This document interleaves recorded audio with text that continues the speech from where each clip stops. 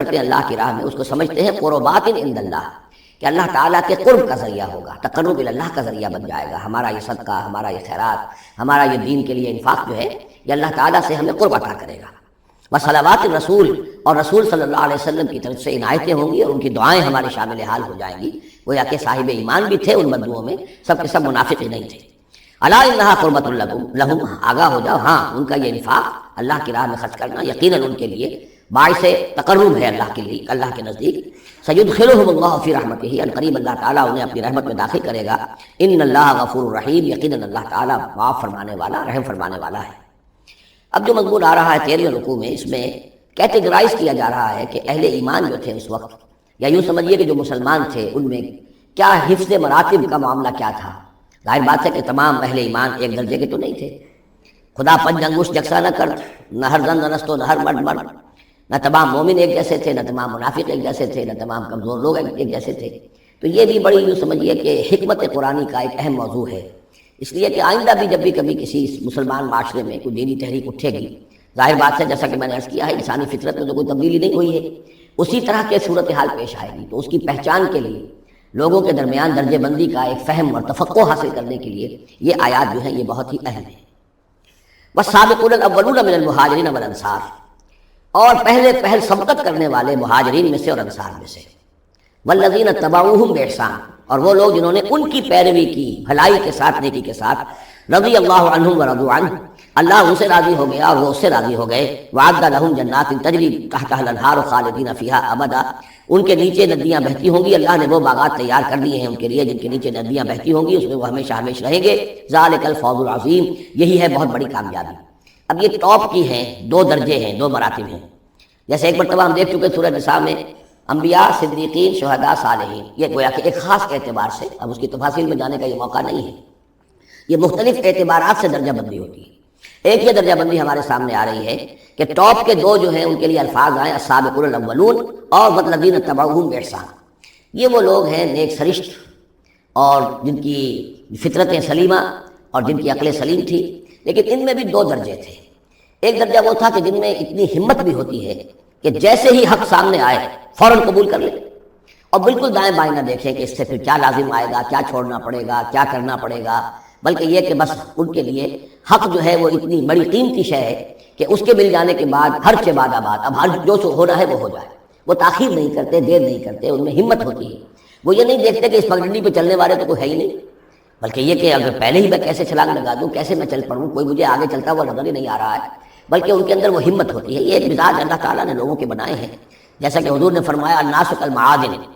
جیسے معدنیات ہیں، اب سونے کی اور جو ہے اس کو صاف کریں گے تو سونا بنے گا،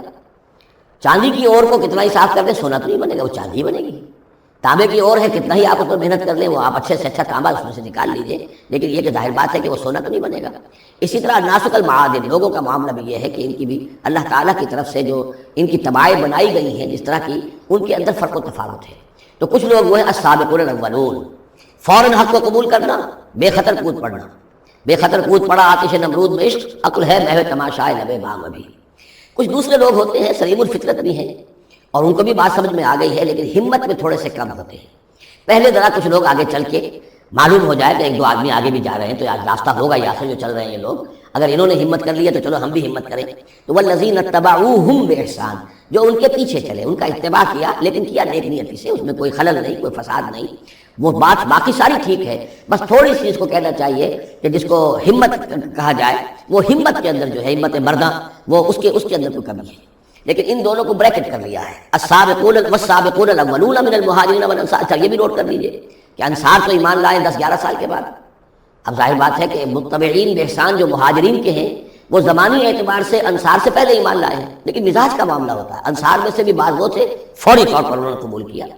کس طرح کیا، یکسو ہو گئے، ہر چہ بعد آباد کشتی درآب انداختے ہیں۔ تو یہ مزاج کی بات ہے، اس کا زمانے سے تعلق نہیں ہے، یہ مزاج کی بات ہے، کسی بھی وقت اور آئندہ بھی ہمیشہ ایسا رہے گا۔ کچھ لوگ ایسے ہوں گے کہ جو حق کو قبول کرتے ہیں اور پھر قطعاً نہیں پرواہ کرتے، دائیں بائیں نہیں دیکھتے، کوئی آ رہا ہے یا نہیں آ رہا ہے، کوئی ساتھ دے رہا ہے یا نہیں دے رہا ہے، کچھ نہیں، کوئی خطرات ہیں، کوئی مشکلات ہیں، کوئی مصائب آئیں گے، ہر چہ بعد آباد۔ کچھ لوگ ہیں جو ذرا دائیں بائیں دیکھ کر تھوڑا سا چلتے ہیں، ان کی ہمت جو ہے اتنی نہیں ہوتی۔ والسابقون الاولون من المهاجرين والانصار والذين اتبعوهم باحسان رضي الله عنهم ورضوا عنه وعد لهم جنات تجري تحتها الانهار خالدين فيها ابدا ذلك الفوز العظيم وممن حولكم من الاعراب منافقون. اب یہ ایک طرف تو یہ ٹاپ کے دو اور ایک اب بالکل نیچے جا کر، اور جو لوگ تمہارے آس پاس آباد ہیں جو بدوؤں میں، جو بادیہ نشین ہیں، ان میں منافق ہیں. ومن اہل المدینہ، اور نہ صرف ان میں ہے، اہل مدینہ میں بھی ہے. مردوا علی النفاق، یہ لوگ وہ ہیں جو نفاق پر اڑ چکے ہیں. اب یعنی ان کا نفاق جو ہے جیسے ٹی بی کی تھرڈ سٹیج ہوتی ہے کہ جس کے بعد پھر امید نہیں ہوتی کہ شفا ہو جائے گی. یہ پرانے زمانے کی باتیں ہیں، اب تو ٹی بی لا علاج مرض نہیں رہا، پہلے کی بات ہے. لیکن یہ ہے کہ یہ اس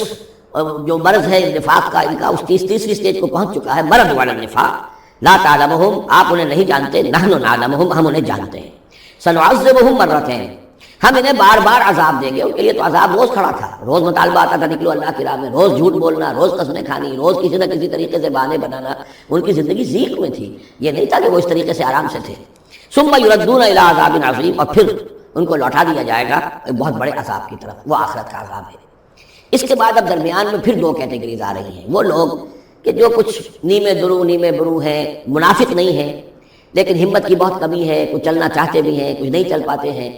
کچھ چلتے ہیں لیکن کبھی کبھی کسی سے غلطی بھی ہو جاتی ہے، کوئی ہمت بھی کرتے ہیں لیکن کبھی کوئی غلبہ ہو جاتا ہے، کوئی کسل ہو جاتا ہے، کوئی سستی طاری ہو جاتی ہے. اب ان کی کیٹیگری آ رہی ہے، لیکن ان کو بھی دو حصوں میں تقسیم کریں گے.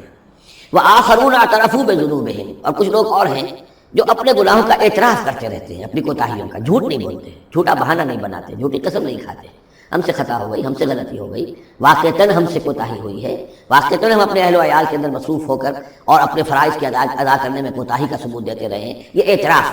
جب تک اعتراف ہوگا نفاق نہیں شمار ہوگا. جہاں جھوٹا بہانہ آنا شروع ہوا وہ نفاق ہے، اور جہاں جھوٹی قسم آ گئی وہ نفاق کی دوسری سٹیج ہے.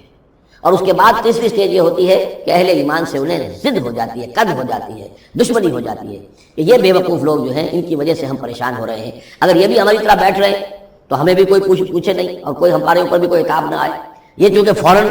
وہ تو جیسے ہی آواز آئی اور یہ چل پڑتے ہیں، لہذا بجائے اس کے کہ ان کے بارے میں اچھے احساسات و جذبات ہوں کہ چلیے اللہ ان کو توفیق دے رہا ہے، بلکہ ان سے ایک دشمنی اور ایک ان کے دلوں کے اندر عداوت پیدا ہو جاتی ہے. وہ ہے نفاق. یہ اور کیٹیگری ہے کہ جو نفاق سب سے نیچے کر لیجئے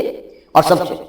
اوپر وہ دو ہیں، والسابقون الاولون من المہاجرین والانصار والذین اتبعوهم بإحسان. اب ان کے درمیان میں یہ دو سٹیجز ہیں. وآخرون اعترفوا بذنوبہم، اور کچھ لوگ اور ہیں جنہوں نے اپنی کوتاہیوں کا، اپنی تقصیر کا اعتراف کیا. خلطوا عملا صالحا وآخر سیئا، انہوں نے کچھ گڑبڑ کیا ہوا ہے، ایک کام بھی کرتے ہیں، اثار بھی کرتے ہیں، انفاق بھی کرتے ہیں، لیکن یہ کہ کبھی کوئی غلط کام بھی کر بیٹھتے ہیں، کوئی بری حرکت بھی سرزد ہو جاتی ہے. عسى الله ان يتوب علیہم، اللہ تعالیٰ امید دلاتا ہے کہ اللہ تعالیٰ ان کی توبہ کو قبول فرمائے گا اور ان کی توبہ جو ہے ان کو توبہ کی توفیق دے گا. ان اللہ غفور الرحیم، یقیناً اللہ تعالیٰ غفور الرحیم ہے. اس میں شان نزول کے اعتبار سے روایت یہ حضرت ابو لبابہ تھے رضی اللہ تعالیٰ عنہ، اور ان کے کچھ ساتھی تھے، ان سے غزوہ تبوک کے موقع پر یہ کوتاہی ہو گئی کہ کثرت کی وجہ سے اور مال اور دنیا میں اپنے مصروفیات اور مشاغل کی وجہ سے نہیں جا سکے.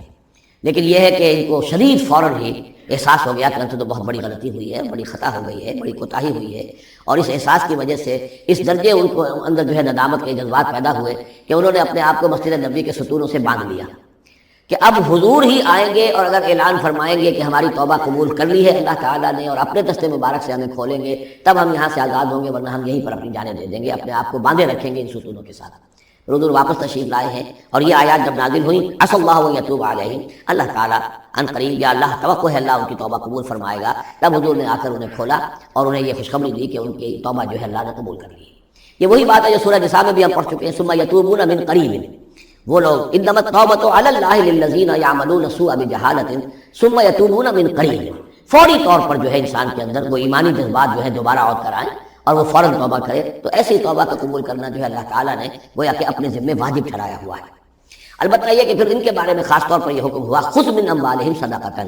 روایت میں تو یہ آتا ہے کہ وہ خود بھی لے کر آئے تھے مال کہ یہ اللہ تعالیٰ کے جو ہماری توبہ قبول کی ہے تو ہم یہ اس کے شکرانے کے طور پر اللہ کی راہ میں یہ مال پیش کرتے ہیں اپنا. لیکن یہ کہ یہ قاعدہ کلیہ بھی ہے کہ خذ من اموالہم صدقۃ، جہاں تک منافقین کا معاملہ تھا روک دیا گیا، ان کے اب آپ صدقات قبول نہ کیجیے، اب ان کے نفقات اللہ کے یہاں قبول نہیں ہوں گے. لیکن یہ چونکہ ضعفاء ہیں، یہ کمزور ہیں، یہ منافق نہیں ہے مخلص، کمزور مخلص ہے، لہذا ان کے لیے کہ ان کے اموال میں سے صدقہ آپ قبول فرما لیجیے، خذ من اموالہم صدقۃ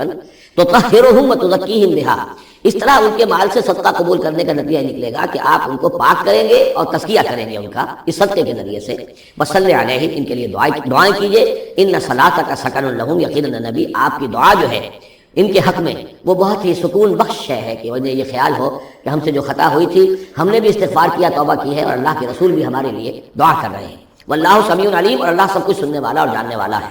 الم یعلموا ان اللہ هو يقبل التوبۃ عن عبادہ، کیا وہ نہیں جانتے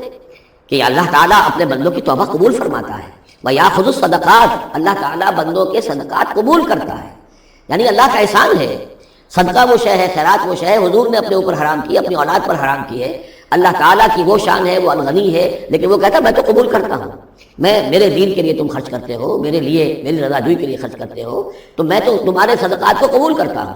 فرمایا کہ الم یعلموا ان اللہ هو يقبل التوبۃ عن عبادہ ويأخذ الصدقات، وہ صدقات قبول فرما لیتا ہے، وان اللہ هو التواب الرحیم، اور وہ تو بہت ہی توبہ کا قبول فرمانے والا اور بہت رحم فرمانے والا ہے۔ وقل اعملوا، لیکن ساتھ ہی آپ ان کو، وہی جو کمزور لوگ تھے، کہہ دیجئے، یہ بھی کہہ دیجئے اعملوا، اب دیکھو عمل کرو، اب محنت کرو، اثر نو کمر کسو، پہلے سے بڑھ کر افسر فروشی اور جان فشانی ہونی چاہیے۔ فسیر اللہ عملکم ورسولہ، تو آئندہ اللہ بھی اور اس کے رسول بھی تمہارے عمل کو دیکھیں گے، تمہارا رویہ کیا رہتا ہے، تم نے کتنی اصلاح کی ہے، دوبارہ تو نہیں پھر تمہارا قدم پھسل رہا ہے۔ والمؤمنون، اور اہل ایمان بھی دیکھیں گے۔ بس تردون الی عالم الغیب والشہادۃ، اور پھر وہ وقت آ جائے گا جب تمہیں لوٹا دیا جائے گا اس کی طرف سے جو کھلے اور چھپے سب چیز کا جاننے والا ہے۔ فَيُنَبِّئُكُم بِمَا كُنتُمْ تَعْمَلُونَ، اور پھر وہ تمہیں بتا دے گا جو کچھ کہ تم کرتے رہے تھے، تمہارے سارے اعمال سامنے آئیں۔ فَمَن يَعْمَلْ مِثْقَالَ ذَرَّةٍ خَيْرًا يَرَهُ وَمَن يَعْمَلْ مِثْقَالَ ذَرَّةٍ شَرًّا يَرَهُ، اس کے بعد تو دودھ کا دودھ پانی کا پانی ہو ہی جانا ہے۔ وَآخَرُونَ مُرْجَوْنَ لِأَمْرِ اللَّهِ، اب یہ اس ضعفاء میں سے ایک سیکنڈ کیٹیگری ہے۔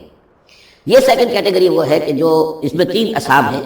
اور ان میں خاص طور پر کعب بن مالک رضی اللہ تعالیٰ عنہ انصاری صحابی، ان کی طویل ترین حدیث جو ہے بخاری شریف میں آئی ہے، جنہوں نے سارا یہ واقعہ درج کیا ہے۔